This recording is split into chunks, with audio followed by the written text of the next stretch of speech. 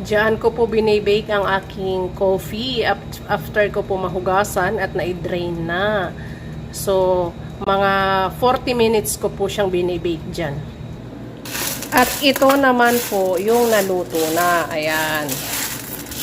Dapat po golden brown lang siya para pag giniling ko siya, hindi siya parang sunog. Yan. See? Mga Suki Loves, ito na po yung coffee. Ayan, powder na po siya. See? O, diba? Ganun lang po. Ganun lang kadali. Ganito po gumawa ng kape. Yan. Papupuluan ko lang siya.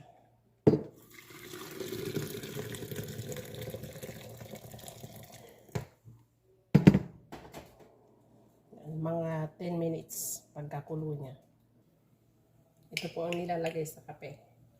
Yan, cardamom. Giniling ko na siya. 1, 2, 3, 4. Tapos, ito naman, saffron. Yan. Lagay ko siya dyan. And then, kumulo na. Yan. Lalagay ko na siya dito sa thermos. Ganito sila dito. Thermos.